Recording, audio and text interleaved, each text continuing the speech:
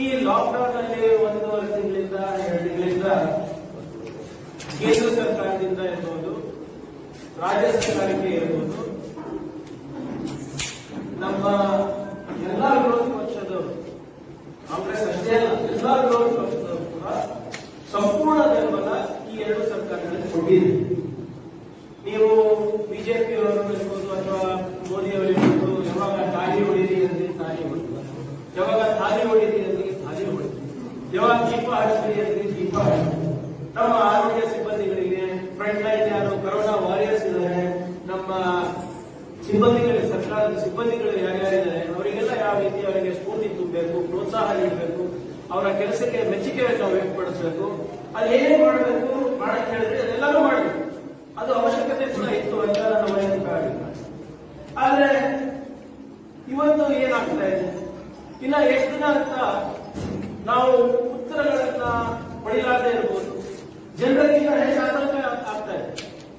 ಯಾಕೆ ಆಗ್ತಾ ಇದೆ ಅಂದ್ರೆ ಇವತ್ತು ಸರ್ಕಾರಗಳಿಂದ, ಕೇಂದ್ರ ಇರ್ಬೋದು ರಾಜ್ಯ ಇರ್ಬೋದು, ನಿರೀಕ್ಷೆ ಮಟ್ಟಕ್ಕೆ ಮಾಹಿತಿಗಳನ್ನ ನಮಗೆ ಸಿಗ್ತಾ ಇಲ್ಲ.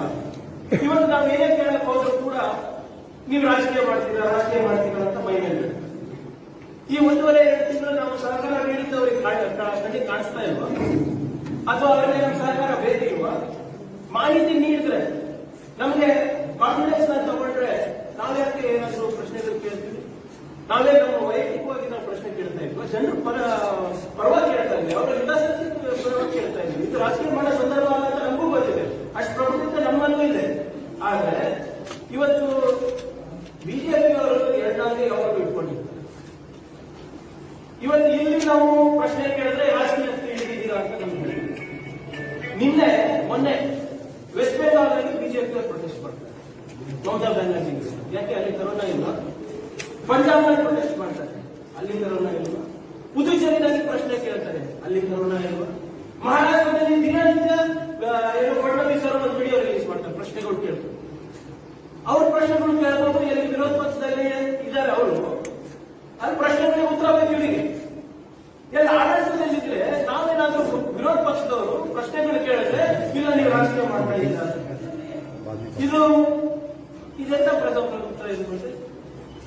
ಎಲ್ಲಿ ಅವರಿಗೆ ಎಲ್ಲಿ ವಿರೋಧ ಪಕ್ಷದಲ್ಲಿದ್ದಾರೆ ಅವರು ಪ್ರಶ್ನೆಗಳು ಸುರಿಮಳೆ ಆಗ್ತಾ ಇದ್ದಾರೆ ರಾಜ್ಯ ಸರ್ಕಾರಗಳಿಗೆ. ಮೋದಿ ಬಗ್ಗೆ ಶ್ಲಾಘನೆ ಗುಣಗಾನ ಹಾಡ್ತಾ ಇದ್ದಾರೆ, ರಾಜ್ಯ ಸರ್ಕಾರದ ಬಗ್ಗೆ ಟೀಕೆ ಮಾಡ್ತಾ ಇದ್ದಾರೆ. ಅದು ರಾಜಕೀಯ ಅಲ್ಲ ಅಂತೆ. ನಾವು ಇಲ್ಲಿ ಟೀಕೆ ಮಾಡಲಾರದೆ ಕೆಲವು ಪ್ರಶ್ನೆ ವೈಜ್ಞಾನಿಕವಾಗಿ ಕೇಳಬೇಕು, ಜನರ ಹಿತಾಸಕ್ತಿಗಾಗಿ ಕೇಳಬೇಕು ಅಂದ್ರೆ ಇದು ರಾಜಕೀಯ ಅಂತೆ. ಅಜಯ್ ಸಿಂಗ್ ಅವರು ಹೇಳಿದಂಗೆ ಅಸೆಂಬ್ಲಿನಲ್ಲಿ ಮಾತಾಡೋದು ಬಿಡ್ತಾ ಇಲ್ಲ. ನಾವು ಪ್ರಸ್ತಾವನೆ ಇಟ್ಟಾಗ 3 ದಿನ ಬೇಕಾಗಿತ್ತು ಅವರಿಗೆ, ಅದನ್ನು ಏನು 2 ನಿಮಿಷ ಮಾತಾಡಿ, ಅದಕ್ಕಿಂತ ಹೆಚ್ಚು ನೀವು ಮಾತಾಡೋಂಗಿಲ್ಲ, ಅದಕ್ಕೂ ನಿರ್ಬಂಧ. ಇವತ್ತು ಎಂಬೈ ಪಾಟೀಲ್ ಸಾಹೇಬರು ಕೂಡ ಅವರ ಅಫಜಲ್ಪುರ್ ಬಗ್ಗೆ ಪ್ರಸ್ತಾವನೆ ಮಾಡಬೇಕಾದ್ರೆ ಮಾಸ್ಕ್ ಕೇಳ್ತಾ ಇದ್ದಾರೆ, ಏನಿದು ಅಂತ ಕೇಳಿದ್ರು ಕೂಡ ಅವರಿಗೂ ಇಲ್ಲ ನೀವು ಕುತ್ಕೊಂಡು ಇದಕ್ಕೆ ಅದಕ್ಕೆ ಸಂಬಂಧ ಇಲ್ಲ ಅಂತ ಕೂರಿಸ್ಬಿಟ್ಟಿದ್ರು. ಇವತ್ತು ಒಂದ್ ಕಡೆ ಪ್ರಶ್ನೆಗಳಿಗೆ ಉತ್ತರ ಇಲ್ಲ, ಇನ್ನೊಂದ್ ಕಡೆ ನಮ್ಮ ಸಹಕಾರನೂ ಬೇಕಿಲ್ಲ. ಯಾವಾಗ ಪಿಸಿಸಿ ಅಧ್ಯಕ್ಷರು ಡಿ.ಕೆ. ಶಿವಕುಮಾರ್ ಅವರು ಒತ್ತಾಯ ಮಾಡಿದ್ರು, ಇಲ್ಲ ಇದು ಮಹಾಮಾರಿ ಇದೆ, ಇದು ಒಂದು ದೊಡ್ಡ ಸಂಕಷ್ಟ ಆಗುತ್ತೆ ರಾಜ್ಯಕ್ಕೆ, ಇಡೀ ವಿಶ್ವದಲ್ಲೇ ಹರಡಿದೆ, ನೀವು ಆಲ್ ಪಾರ್ಟಿ ಮೀಟಿಂಗ್ ಕರೀಲೇಬೇಕು ಅಂತ ಒತ್ತಾಯ ಮಾಡಿದಾಗ ತರಬೇಕು. ಅಲ್ಲಿ ತನಕ ನಮ್ಮ ಸಹಕಾರ ಬೇಕಾಗಿರ್ಲಿಲ್ವಾ? ಸದನ ನಡೀತಾ ಇತ್ತು, ಅವಾಗ ನಮ್ಮ ಸಹಕಾರ ಬೇಕಾಗಿರ್ಲಿಲ್ವಾ? ಇದೇ ಜಿಲ್ಲಾ ಉಸ್ತುವಾರಿಗಳು, ಇದೇ ಸರ್ಕಾರದವರು ವಿಡಿಯೋ ಕಾನ್ಫರೆನ್ಸ್ ಮಾಡ್ತಾರೆ ಸದನ ನಡೀಬೇಕಾದ್ರೆ, ಅವಾಗ ಆಹ್ವಾನ ಇತ್ತ? ನಮ್ಗೆ ಯಾರಿಗಾದ್ರೆ ನಮ್ಗೆ ಆಹ್ವಾನ ಇತ್ತ? ಮತ್ತೆ ಆಹ್ವಾನ ಇಲ್ಲ, ಮಾಹಿತಿ ಇಲ್ಲ, ಮತ್ತೆ ಇವ್ರು ಮೀಟಿಂಗ್ ಅಟೆಂಡ್ ಆಗಲ್ಲ. ಇವತ್ತು ಜಿಮ್ಸ್ ಕಟ್ಟಿಸಿದವರು ಯಾರು? ಕಾಂಗ್ರೆಸ್ ಪಕ್ಷದವರು, ಶರಣ್ ಪ್ರಕಾಶ್ ಅವರು 5 ವರ್ಷ ಸತತವಾಗಿ ವೈದ್ಯಕೀಯ ಶಿಕ್ಷಣ ಸಚಿವರಾಗಿದ್ದರು. ಅವ್ರಿಗೆ ಏನೇ ಅನುಭವ ಇಲ್ವಾ? ಈಗ ಅವರು ಈ ಇಲಾಖೆಯಲ್ಲಿ ಅವ್ರಿಗೆ ಏನೋ ಒಳ್ಳೆ ಕೆಲಸ ಮಾಡಿಲ್ವಾ? ಈ ಇಲಾಖೆಯಲ್ಲಿ ಅನುದಾನ ಹೇಗೆ ಬಿಡುಗಡೆ ಆಗುತ್ತೆ, ಯಾರಿಗೆ ಏನ್ ಮಾತನಾಡಬೇಕು, ಖಾಸಗಿ ವಲಯದಲ್ಲೂ ಇದರಲ್ಲಿ ಸಾಕಷ್ಟು ಪರಿಣಾಮ ಇದೆ. ಅವ್ರು ಯಾರು ಪರಿಚಯ ಇಲ್ಲ ಶರಣ್ ಪ್ರಕಾಶ್ ಅವರಿಗೆ? ಅವ್ರು ಸಹಾಯ ಬೇಡವಾ ನಮ್ಮ ಜಿಲ್ಲೆಗೆ? 55 ವರ್ಷ ರಾಜಕೀಯ ಮಾಡಿದಂತ ಒಬ್ಬ ಧುರೀಣರು ಮಲ್ಲಿಕಾರ್ಜುನ ಖರ್ಗೆ ಅವರು ಯಾರಿಗೆ ಇವತ್ತು ಇಷ್ಟು ದೊಡ್ಡ ಹಾಸ್ಪಿಟಲ್ ಕಟ್ಟಿಸಿದ್ದಾರೆ ESIC-ನಲ್ಲಿ, 5 ವರ್ಷ ಕಾರ್ಮಿಕ ಸಚಿವರು. 5 ವರ್ಷ ಕಾರ್ಮಿಕ ಸಚಿವರು ಇದ್ದಾಗ ಯಾರು ಸಂಪರ್ಕನೇ ಬೆಳೆಸಿರೋದಿಲ್ವಾ ಡೆಲ್ಲಿನಲ್ಲಿ? ಅಥವಾ ಏನೇ ಅನುಭವ ಇರೋದಿಲ್ಲ ಅವರಿಗೆ ಡೆಲ್ಲಿನಲ್ಲಿ? ಹೆಂಗೆ ಅನುದಾನ ಬರಬೇಕು, ಹೆಂಗೆ ಅನುದಾನ ತರಬೇಕು, ಅಥವಾ ಏನ್ ಶಿಫಾರಸುಗಳು ರಾಜ್ಯ ಸರ್ಕಾರ ಕೇಂದ್ರ ಸರ್ಕಾರಕ್ಕೆ ಮಾಡಬಹುದು, ಅಥವಾ ಜಿಲ್ಲಾ ಆಡಳಿತ ರಾಜ್ಯ ಸರ್ಕಾರಕ್ಕೆ ಮಾಡಬಹುದು, ಅದು ಕೂಡ ಬೇಡ ಅವರಿಗೆ. ನಾನು ಯಾದಗಿರಿ ಜಿಲ್ಲಾ ಉಸ್ತುವಾರಿ ಆಗಿದ್ದೆ, ಕಲಬುರಗಿ ಜಿಲ್ಲಾ ಉಸ್ತುವಾರಿ ಆಗಿದ್ದೆ, ಏನೋ ನಮಗೂ ಒಂದು ಅನುಭವ ಇರುತ್ತಲ್ಲ. ನಾನು ಒಂದು 4 ಹಳ್ಳಿ ಅಡ್ಡಾಡಿರ್ತೀನಲ್ಲ. ನಾವು ರಾಜ್ಯ ಸರ್ಕಾರದಿಂದ ಅನುದಾನ ತರಲಿಕ್ಕೆ ಏನೋ ಒಂದು ಪ್ರಯತ್ನ ಮಾಡಿರ್ಬೇಕಲ್ಲ. 30,000 ಕೋಟಿ ಇರುವಂತಹ ಒಂದು ಏನು ಇಲಾಖೆಯನ್ನ ಸಂಭಾಳಿಸಿದೀವಿ ನಾವು. ಸೋಷಿಯಲ್ ವೆಲ್ಫೇರ್ ಇದೆ ನಮ್ಮ ಜಿಲ್ಲಾ ಉಸ್ತುವಾರಿ ಯಾವ್ದು ಇಲಾಖೆ ಇತ್ತು, ಅದು ಪೂರ್ವ ನಿಕಟ ಮಂತ್ರಿ ನಾನೇ. ಏನೋ ಒಂದು ನನಗೂ ಗೊತ್ತಿರ್ಬೇಕಲ್ಲ ನನ್ನ ಅನುಭವದಲ್ಲಿ. ನಾವು ಹಲವಾರು ಬಜೆಟ್ ಮೀಟಿಂಗ್ ನಲ್ಲಿ ಕೂತಿದ್ದೀವಲ್ಲ. ಸರ್ಕಾರ ಬಜೆಟ್ ಹೇಗೆ ಪಾಸ್ ಮಾಡುತ್ತೆ, ಪಂಚಾಯತ್ ಬಜೆಟ್ ಹೇಗೆ ಪಾಸ್ ಆಗುತ್ತೆ, ಉದ್ಯೋಗ ಖಾತೆಗಳ ಬಜೆಟ್ ಹೇಗೆ ಬರುತ್ತೆ ಅಂತ ನಮ್ಗೆ ಗೊತ್ತಿಲ್ಲ. ನಮ್ಮ ಅನುಭವ ಇವರಿಗೆ ಬೇಡವಾ? ನಾವು ಯಾವತ್ತೂ ನಾವು ಜಿಲ್ಲೆಯ ಅಭಿವೃದ್ಧಿಗೋಸ್ಕರ ನಾವು ಯಾವತ್ತೂ ರಾಜಕೀಯ ಮಾಡಿದವರು ಯಾವುದೇ ಪಾರ್ಟಿ. ಬಿಜೆಪಿ ಅವರು ಯಾವತ್ತೂ ಮಾಡಿಲ್ಲ. ಈ ಸರಿ ಯಾಕೋ ಹಿಂಗಾಗ್ತಾ ಇದೆ ನಿರ್ಲಕ್ಷ್ಯ. ಒಂದು ಸಣ್ಣ ಉದಾಹರಣೆ ಕೊಡ್ತೀನಿ ಟೆಸ್ಟಿಂಗ್ ಬಗ್ಗೆ. ಅದನ್ನ ದಯವಿಟ್ಟು ಗಮನಿಸಬೇಕು. ಈ ಪ್ರಶ್ನೆಗಳು ನನ್ನಲ್ಲ, ಈ ಪ್ರಶ್ನೆಗಳು ತಜ್ಞರು ಯಾರು ಡಾಕ್ಟರ್ಗಳು ಇದಾರಲ್ಲ ಅವರು. ನಾನು ಎಳೆ ಬಿಚ್ಚಿಡ್ತೀನಿ ಇದರಲ್ಲಿ. ಅವಾಗ ಗೊತ್ತಾಗುತ್ತೆ ತಮಗೆ ನಾವು ಪ್ರಶ್ನೆಗಳು ಯಾಕೆ ಕೇಳ್ತಾ ಇದ್ದೀವಿ. ಮೊದಲನೇದಾಗಿ ಸಿದ್ದಿಕಿ ಅವರು ತೀರೋಗಿ ಇವತ್ತು 45-50 ದಿನ ಆಯಿತು. ಇಲ್ಲಿವರೆಗೂ ಇಲ್ಲಿ ಇಷ್ಟು ಜನ ಮಾಧ್ಯಮ ನಮ್ಮ ಮಿತ್ರರು ಕೂತಿದ್ದೀರಾ, ಇಲ್ಲಿವರೆಗೂ ಟೆಸ್ಟಿಂಗ್ ಸೆಂಟರ್ ಸಮರ್ಪಕವಾಗಿ ನಡೀತಾ ಇದೆಯಾ? ಅದ್ರ ಪೊಟೆನ್ಶಿಯಲ್ ತಕ್ಕಂತೆ ನಡೀತಾ ಇದೆಯಾ? ಯಾಕೆ ಇವರಿಗೆ 3 ವಾರಕ್ಕಿಂತ ಹೆಚ್ಚು ಬೇಕಾಗಿತ್ತು ಒಂದು ಪ್ರಯೋಗಾಲಯ ಪ್ರಾರಂಭ ಮಾಡಲಿಕ್ಕೆ? 3 ವೀಕ್ಸ್ ರಿಯೇಜೆಂಟ್ಸ್ ಕೇಂದ್ರ ಸರ್ಕಾರದಿಂದ ತರಲಿಕ್ಕೆ ಯಾಕೆ ಬೇಕಾಗಿತ್ತು ಇಷ್ಟೊಂದು? ಒಂದು ಮೈಕ್ರೋಬಯಾಲಜಿಸ್ಟ್ ಟ್ರೈನಿಂಗ್ ಯಾಕೆ 2 ವಾರ ಬೇಕಾಗಿತ್ತು ಬೆಂಗಳೂರಿಂದ ಕಳಿಸ್ಲಿಕ್ಕೆ ಇವರಿಗೆ? ಇವತ್ತಿನ ತನಕ ಕೂಡ ಟೆಸ್ಟಿಂಗ್ ಸಮರ್ಪಕವಾಗಿ ನಡೀತಾ ಇದೆ. ಇವತ್ತು ನಮ್ಮ ನಿನ್ನೆ ಒಂದು ಬುಲೆಟಿನ್ ಪ್ರಕಾರ ಇನ್ನ 1000ಕ್ಕಿಂತ ಹೆಚ್ಚು ಕೇಸ್ಗಳಿಗೆ ಇನ್ನ ರಿಸಲ್ಟ್ಸ್ ಅವೈಟೆಡ್ ಇದೆ. ಇದು ಇಷ್ಟು ಡಿಲೇ ಯಾಕಾಗ್ತಾ ಇದೆ ಟೆಸ್ಟಿಂಗ್ ನಲ್ಲಿ? ಇವತ್ತು ಟೆಸ್ಟ್ ರಿಸಲ್ಟ್ಸ್ ಅನೌನ್ಸ್ ಮಾಡ್ಲಿಕ್ಕೆ ಯಾಕೆ ಡಿಲೇ ಆಗ್ತಾ ಇದೆ? ಒಂದ್ ಕಡೆ ಟೆಸ್ಟಿಂಗ್ ಡಿಲೇ, ಇನ್ನೊಂದ್ ಕಡೆ ಅವರು ಪಾಸಿಟಿವ್ ನೆಗೆಟಿವ್ ಇಲ್ಲ ಅಂತ ಕೂಡ ಅನೌನ್ಸ್ಮೆಂಟ್ ಡಿಲೇ ಆಗ್ತಾ ಇದೆ. ಇಲ್ಲಿ ಎಲ್ಲರಿಗಿಂತ ಚುರುಕು ನೀವಿದ್ದೀರಿ, ನಿಮಗೆ ಮಾಹಿತಿ ಆನ್ಲೈನ್ ಅಲ್ಲೇ ಸಿಗ್ತಾ ಇದ್ದೀವಿ. ನಿಮ್ಗೆ ಬೆಳಿಗ್ಗೆ ಗೊತ್ತಾಗುತ್ತೆ ಒಂದು ಪಾಸಿಟಿವ್ ಇದೆ, ಒಂದು ಸಾವಾಗಿದೆ ಅಂತ. ಬುಲೆಟಿನ್ ನಲ್ಲಿ ನಾಳೆ ಸಾಯಂಕಾಲ ಬರುತ್ತೆ. ಯಾಕೆ ಡಿಲೇ? ಯಾಕೆ ನಮ್ಮ ಲ್ಯಾಬ್ ರಿಪೋರ್ಟ್ ಯಾವ್ದು ಟೆಸ್ಟಿಂಗ್ ಆಗ್ತಾ ಇದೆ ICMR ಹೋಗಿ ministry of health and family welfare ಹೋಗಿ ರಾಜ್ಯ ಸರ್ಕಾರಕ್ಕೆ ಬಂದು ಅವರು ಅನೌನ್ಸ್ ಮಾಡ್ತಾರೆ? ಯಾಕೆ ಇಲ್ಲೇ ಲ್ಯಾಬ್ ಇದೆ ಇಲ್ಲ, ಲ್ಯಾಬ್ ಇಲ್ಲಿ DC ಅನೌನ್ಸ್ ಮಾಡ್ಬಿಟ್ಟು DC ಅವರು ಅಲ್ಲಿ ಸ್ಟೇಟ್ ಗವರ್ಮೆಂಟ್ ಅನುಮತಿ ತಗೊಂಡು ಇಲ್ಲಿ ಅನೌನ್ಸ್ ಮಾಡ್ಬೋದಲ್ಲ? ಇದು ಯಾಕೆ ಡಿಲೇ ಆಗಿರೋದ್ರಿಂದ ಆಗ್ತಾ ಇರೋದ್ರಿಂದ ಅವ್ರು ಸೋಂಕಿತರಿಲ್ಲ ಅಂತ ಗೊತ್ತಾಗ್ತಾ ಇದ್ರಿಂದ ಅವರು ಎಲ್ಲೋ ಐಸೋಲೇಷನ್ ಅಲ್ಲಿ ಇಲ್ಲ, ಹೊರಗಡೆ ಆರಾಮಾಗಿ ಓಡಾಡ್ತಾ ಇದ್ದಾರೆ. ಅವರಿಂದ ಇನ್ನ ಹೆಚ್ಚು ಇನ್ಫೆಕ್ಷನ್ ಹರಡಿಸ್ತಾ ಇದ್ದಾರೆ.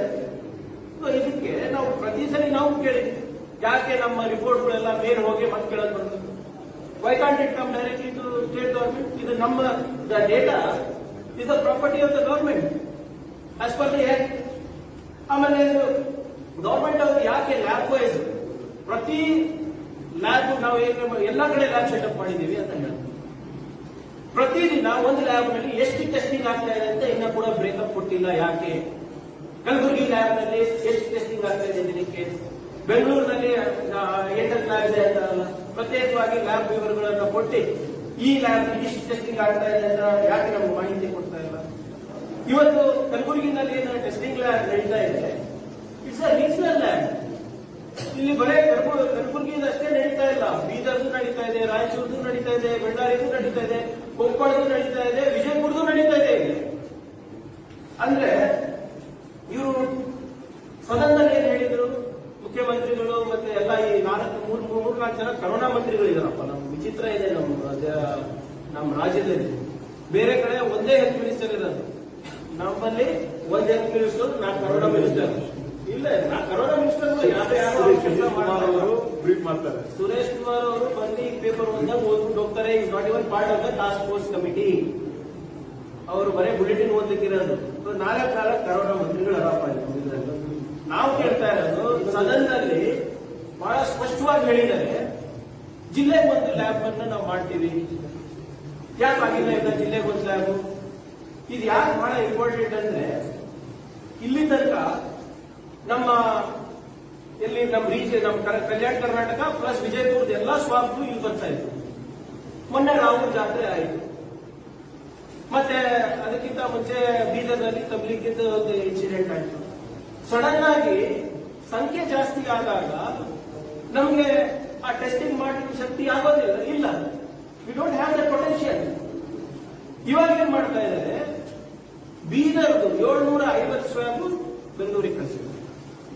ಬೆಂಗಳೂರಿಗೆ ಹೋಗೋದು ಯಾವಾಗ, ಬರೋದು ಯಾವಾಗ?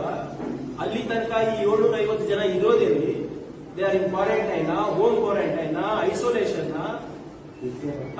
ಇದಕ್ಕೆಲ್ಲ ಯಾರು ಕೊಡ್ತಾರೆ? ನಮ್ಮ ಕಲಬುರಗಿನಲ್ಲಿ ಇಷ್ಟು ಸ್ಟ್ರೆಸ್ ಔಟ್ ಆಗಿದೆ ಅಂದ್ರೆ ಲ್ಯಾಬ್ಗಳಲ್ಲಿ ಒಂದು ಸೈಕಲ್ ನಲ್ಲಿ ಒಂದು ಶಿಫ್ಟ್ ನಲ್ಲಿ ನಾವು ಬರೀ 33 ಸ್ಯಾಂಪಲ್ಗಳನ್ನ ನಾವು ಮಾಡಬಹುದು. ಈಗೇನೋ 2 ಶಿಫ್ಟ್ ಮಾಡ್ತಾ ಇದ್ದಾರೆ, ಅಂದ್ರೆ 60ಕ್ಕಿಂತ ಜಾಸ್ತಿ ಆಗ್ಬೋದು. 60, 65 2 ಶಿಫ್ಟ್ ಮಾಡಿದೆ.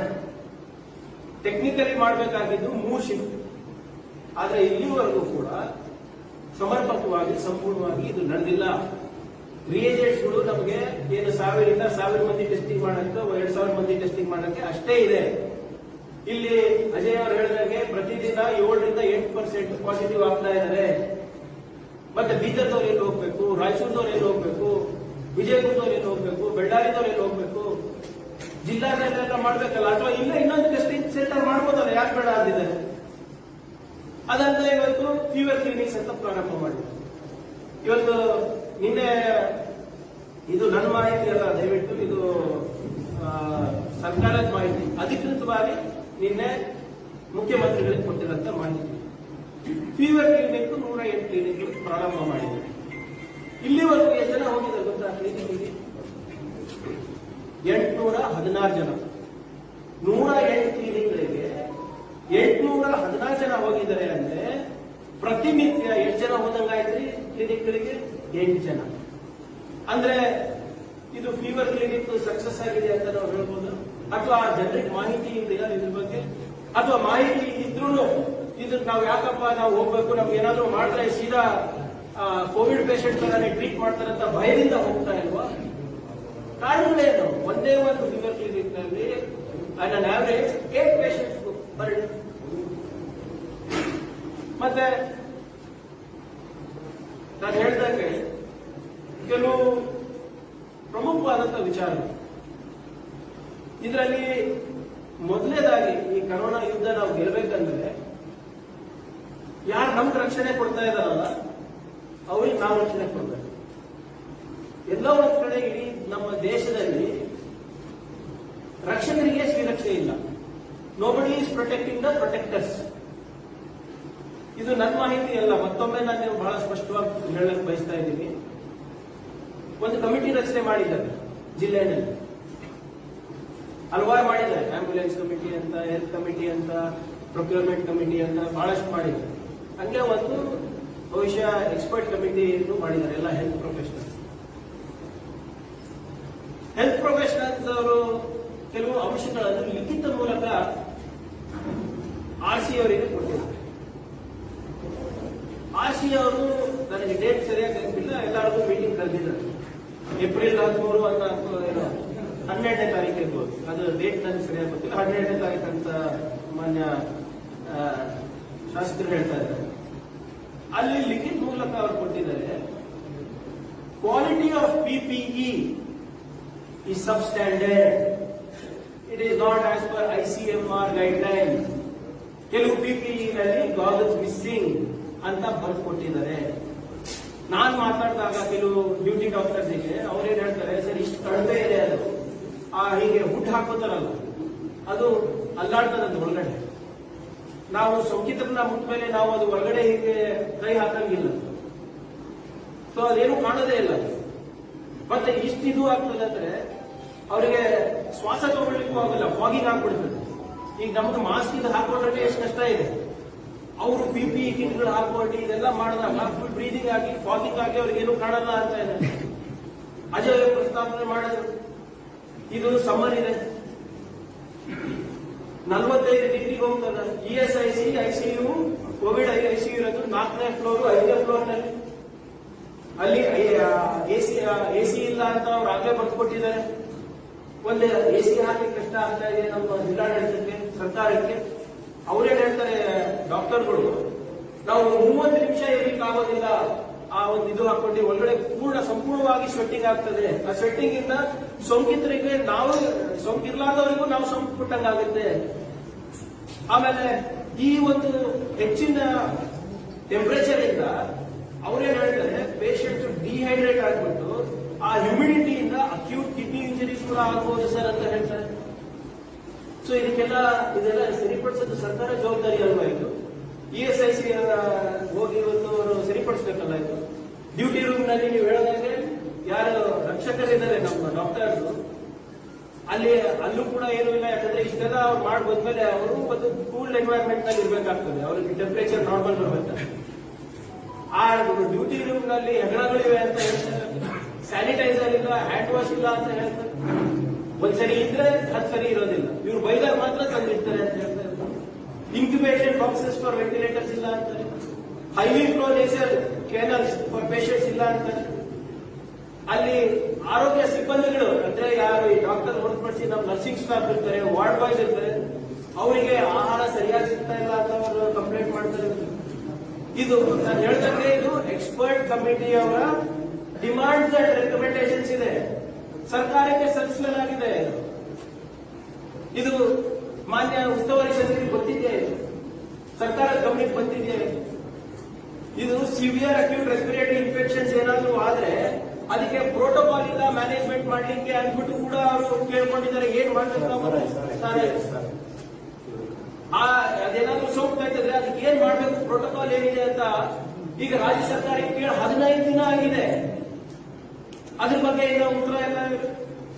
ICU ಟೀಮ್ ರೆಕಮೆಂಡೇಶನ್ ಇವ್ರದ್ದು ಏನಿದೆ ಅಂದ್ರೆ, ಒಂದು ICU ಟೀಮ್ ನಲ್ಲಿ ಒಬ್ಬ anaesthetist, 2 physician, 3 post MBBS residents ಪ್ರತಿ 15 ಬೆಡ್ಡಿಗೆ ಇರಬೇಕು ಅಂತ ಇವ್ರ ರೆಕಮೆಂಡೇಶನ್ ಇದೆ. ಇದು ಪಾಲನೆ ಆಗ್ತಾ ಇದೆಯಾ? ಏನಿದ್ದಾರೆ ಗೊತ್ತಿಲ್ಲ. ಯಾವ ರೊಟೇಷನ್ ಬೇಸಿಸ್ ಮೇಲೆ ಎಲ್ಲ ಖಾಸಗಿ ಸಂಸ್ಥೆಗಳಿಂದ ಕಾಲೇಜುಗಳಿಂದ ಇವ್ರು ತಗೊಂಡಿದ್ದಾರೆ, ಆದ್ರೆ ಸರಿಯಾಗಿ ನಿರ್ವಹಿಸ್ತಾ ಇದಾರೆ ಇಲ್ಲ ಅಂತ ಕೇಳೋರಿಲ್ಲ. ಡಯಾಲಿಸಿಸ್ ಇವತ್ತು ESIC ICU ನಲ್ಲಿ ಇಲ್ಲ.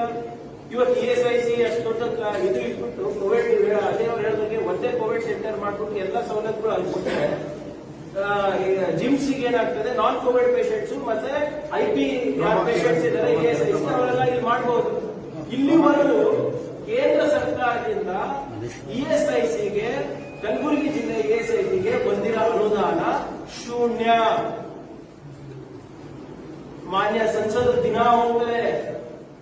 ಹೋಗಿ ಫೋಟೋ ತೆಗೆದುಕೊಂಡು ಬರ್ತಾರೆ, ನಾ ಅದು ಮಾಡಿದೆ ಇದು ಮಾಡಿದೆ. ಮೋದಿ ಹೆಸರು ಹೇಳೋರು ಎಲ್ಲೋದ್ರು ಇವಾಗ. ಶೂನ್ಯ ಬಂದಿರೋದು ಬಜೆಟ್ ಕೋವಿಡ್ಗೆ ಕೇಂದ್ರ ಸರ್ಕಾರದಿಂದ ESICಗೆ. MP ಲ್ಯಾಂಡ್ ಅಲ್ಲಿ 1 ಕೋಟಿ ಕೊಡ್ತೀನಿ ಅಂದ್ರು ಪಾಪ ಜಾಧವ್ ಅವರು. ಅದನ್ನು PM ಕೇರ್ ಪ್ರೈವೇಟ್ ಮಾಡಿದ್ರು. ಇನ್ನ 2 ವರ್ಷ ಏನಿಲ್ಲ. ಮತ್ತೆ ನಾವು MP ಲ್ಯಾಂಡ್ ನಲ್ಲಿ ಏನ್ ಡೆವಲಪ್ಮೆಂಟ್ ಮಾಡಬಹುದು ಕೋವಿಡ್ ಇಲ್ಲಿ?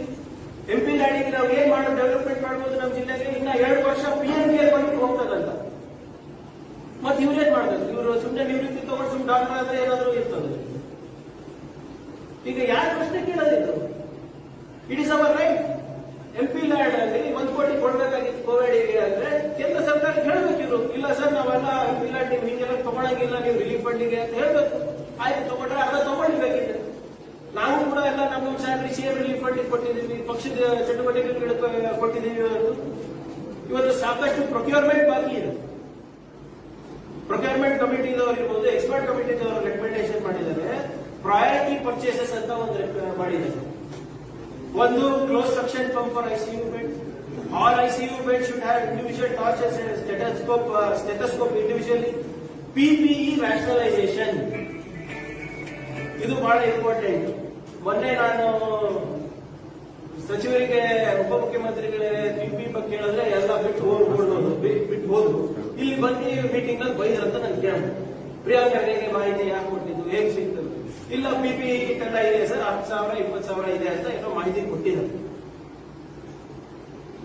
ಅಷ್ಟೊಂದು ಎಕ್ವಿಪ್ಮೆಂಟ್ ಇದ್ದಿದ್ರೆ why is the recommendation of PP rationalisation. ಅಂದ್ರೆ ಪಿಪಿ ರಾಷನಲೈಸೇಷನ್ ಅಂದ್ರೆ ನಿಯಂತ್ರಣ ಮಾಡಬೇಕಾಗುತ್ತೆ. ನಿಯಂತ್ರಣ ಯಾವಾಗ ಮಾಡಬೇಕಾಗುತ್ತೆ ಹೇಳಿ? ಯಾವಾಗ ಮೆಟೀರಿಯಲ್ ಕಮ್ಮಿ ಇರುತ್ತೆ. ಇದು ನನ್ನ ರೆಕಮೆಂಡೇಶನ್ ಅಲ್ಲ, ಇದು ಕಮಿಟಿ ರೆಕಮೆಂಡೇಶನ್. ಇದು extra face shields and goggles. ಇಲ್ಲಿವರೆಗೂ ನಾನಂತೂ ಯಾವ ಡಾಕ್ಟರ್ಗೂ ಫೇಸ್ ಶೀಲ್ಡ್ ಹಾಕೊಡೋದು ನೋಡಿಲ್ಲ. ನಿಮ್ ಕೈನಲ್ಲಿ ಏನಿದೆ ಇವತ್ತು ಅದು ನಾವು ಇವತ್ತು ನಾಳೆ ನಾವು ಅಜಯ್ ಅವರೇನು ಡಿಸಿಸಿ ಹೋಗಿ 1,000 ಏನೋ ಹ್ಯಾಂಡ್ ಓವರ್ ಮಾಡ್ತೀವಿ ಹೆಲ್ತ್ ಆಫೀಸರ್ಸ್.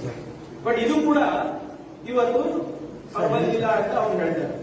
ಇನ್ನ ಒಂದು ಬಹಳ ಇದು ಹಾಸ್ಯಾಸ್ಪದ ಏನಪ್ಪಾ ಅಂದ್ರೆ, ಪರ್ಮಿಷನ್ ಕೇಳಿರೋದು opening of windows in GIMS in ICU till AC issue is resolve. Recommendation ಅವರು ಕಿಟಕಿ ತೆಗೆಯೋದು ಒಂದು ರೆಕಮೆಂಡೇಶನ್.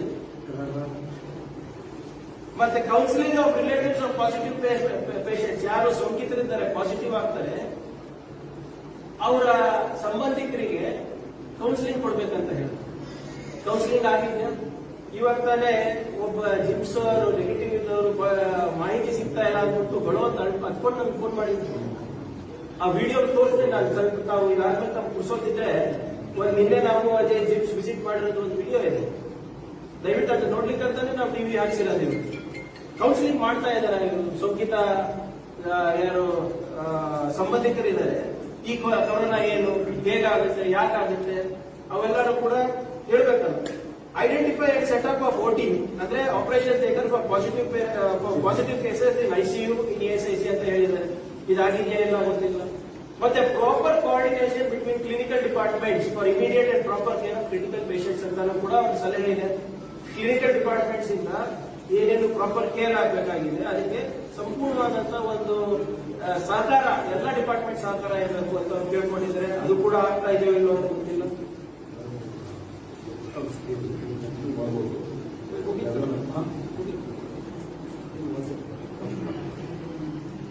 ಸೊ ಈಗ ಅಜಯ್ ಸಿಂಗ್ ಅವರು ಒಂದ್ ಕಡೆ ಹೋಗ್ಬೇಕಾಗಿದೆ, ಅದಕ್ಕೆ ಮುಗಿಸ್ಬಿಡ್ತೀನಿ ನಾನು.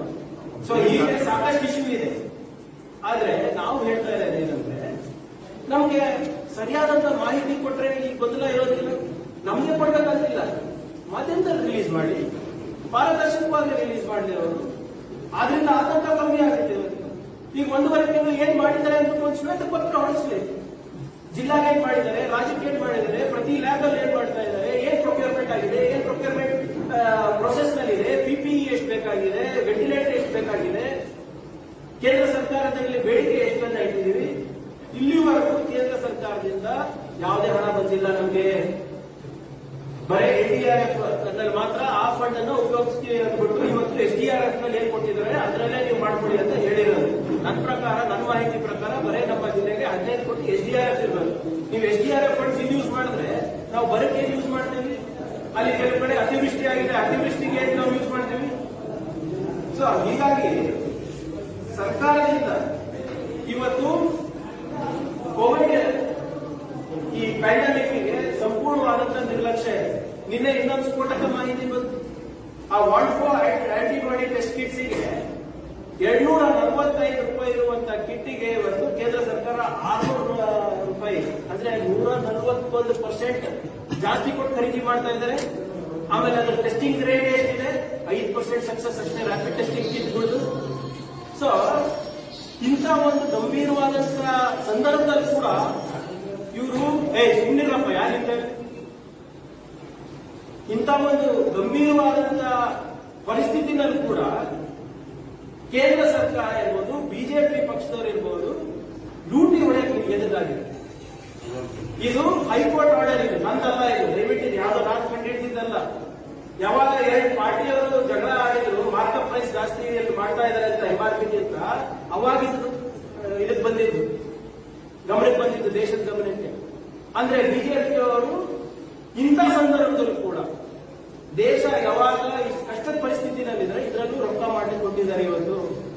ಬಟ್ ಬಹಳ ಒಂದು ವಿಶೇಷವಾದಂತ ಏನು ನಾವು ಗಮನಿಸಬೇಕಂದ್ರೆ ಇಲ್ಲಿ ನಮ್ಮ ಭಾಗದಲ್ಲಿ ಅಂದ್ರೆ, ಇದು ಬರೇ ಎಲ್ಲರ ಗಮನ ಕೋವಿಡ್ ಪೇಷಂಟ್ಸ್ ಮೇಲೆ. ಆದ್ರೆ ಹೆಚ್ಚಿನ ಸಂಖ್ಯೆಯಲ್ಲಿ ನಾನ್ ಕೋವಿಡ್ ಪೇಷಂಟ್ಸ್ ಇದ್ದಾರೆ. ನಾನ್ ಕೋವಿಡ್ ಪೇಷಂಟ್ಸ್ ಅವರಿಗೆ ಸಾಕಷ್ಟು ಕಷ್ಟಗಳಾಗ್ತದೆ. ಯಾರು ಕೂಡ ಪ್ರೈವೇಟ್ ಅಲ್ಲಿ ಅವ್ರಿಗೆ ತಗೊಳ್ಳೋ ಸ್ವಲ್ಪ ಕೆಮ್ಮಿದ್ರೆ ಸಾಕು, ನೀವು ಅಲ್ಲೇ ಹೋಗ್ಬಿಡ್ರಿ ಅಂತ. ಅವರಿಗೆ ಸಾಕಷ್ಟು ಸಂಕಷ್ಟಗಳು ಎದುರಾಗ್ತಾ ಇದೆ. 15 ದಿನ ಆದ್ರೂ ಅಡ್ಮಿಟ್ ಆಗ್ತಾ ಇಲ್ಲ, ಅವರಿಗೆ ರಿಸಲ್ಟ್ ಏನಿದೆ ಅಂತ ಗೊತ್ತಾಗ್ತಾ ಇಲ್ಲ. ಮತ್ತೆ ಯಾವುದೇ ಕೂಡ ಮೆಡಿಕಲ್ ಎಸೆನ್ಷಿಯಲ್ಸ್ ಕೂಡ ಸಿಗ್ತಾ ಇಲ್ಲ. ಕ್ಯಾನ್ಸರ್ ಪೇಷಂಟ್ಸ್ ಇರ್ಬೋದು, ಡಯಾಲಿಸಿಸ್ ಪೇಷಂಟ್ಸ್ ಇರ್ಬೋದು, ಡಯಾಬಿಟಿಕ್ ಪೇಷಂಟ್ಸ್ ಇರ್ಬೋದು, ಕಾರ್ಡಿಯಾಕ್ ಪೇಷಂಟ್ಸ್ ಇರ್ಬೋದು. ಇಲ್ಲಿ ಒಬ್ರು ಸತ್ರೆ ಅಲ್ಲಿ 20 ಜನ ಸಾಯ್ಲತ್ತಾರೆ. ಅದ್ರ ಬಗ್ಗೆ ಯಾರು ಇನ್ನ ಕೂಡ ಅದ್ರ ಬಗ್ಗೆ ಮಾತಾಡ್ತಾ ಇಲ್ಲ. ಮಾಹಿತಿ ಕೇಳಿದ್ರೆ ಅದು ಕೂಡ ಕೊಡ್ತಾ ಇಲ್ಲ. 24 ತಾಸು ಆಗಿದೆ ನಾನು DHO ಕೇಳಿ ನಾನ್ ಕೋವಿಡ್ ಡೆತ್ಸ್ ಎಷ್ಟಾಗಿದೆಯಪ್ಪ ಅಂದ್ರೆ ಇನ್ನ ಮಾಹಿತಿ ಸಂಗ್ರಹಣೆ ಮಾಡ್ತಾ ಇದ್ದಾರೆ. ಆದ್ರಿಂದ ನಾನು ಹೆಚ್ಚೇನು ಮಾತಾಡಿ ಹೋಗೋದಿಲ್ಲ. ಇವತ್ತು ಸರ್ಕಾರ ಈ ಕೋವಿಡ್ ವಿಚಾರದಲ್ಲಿ ಕೆಲವು ಪ್ರಶ್ನೆಗಳನ್ನ ಉತ್ತರಿಸಬೇಕಾಗ್ತದೆ. ಜಿಲ್ಲಾ ಮಟ್ಟದಲ್ಲಿ, ರಾಜ್ಯ ಮಟ್ಟದಲ್ಲಿ, ಕೇಂದ್ರ ಮಟ್ಟದಲ್ಲಿ. ಇವತ್ತು ಪೌರ ಕಾರ್ಮಿಕರಿಗೆ ಯಾರು ಇವತ್ತು ಎದುರು ನಿಂತು ಕೆಲಸ ಮಾಡ್ತಾ ಇದ್ದಾರೆ ಅವರಿಗೆ ಕೊಡ್ಲಿಕ್ಕೆ ಸಂಬಳ ಕೊಡ್ಲಿಕ್ಕೆ ದುಡ್ಡಿಲ್ಲ.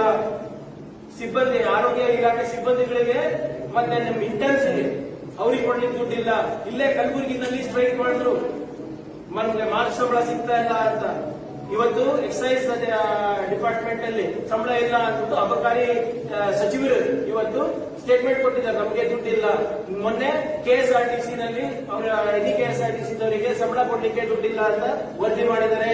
ಮನ್ರೇಗಾ ಕೊಡ್ಲಿಕ್ಕೆ ಪೇಮೆಂಟ್ ಕೊಡ್ಲಿಕ್ಕೆ ದುಡ್ಡಿಲ್ಲ ಅಂತ ಹೇಳ್ತಾ ಇದ್ದಾರೆ. ಮತ್ತೆ ಇವರು ಯಾವ ರೀತಿಯಲ್ಲಿ ನಿವಾರಣೆ ಮಾಡ್ತಾರೆ ನಮ್ಗೆ? ಮತ್ತೆ ಬಹಳ ಈ ಭಾಗದಲ್ಲಿ ಪ್ರಮುಖವಾದಂತ ಕಾಡ್ತಾ ಇರೋ ಪ್ರಶ್ನೆ ಏನಪ್ಪ ಅಂದ್ರೆ ವಲಸಿಗರು.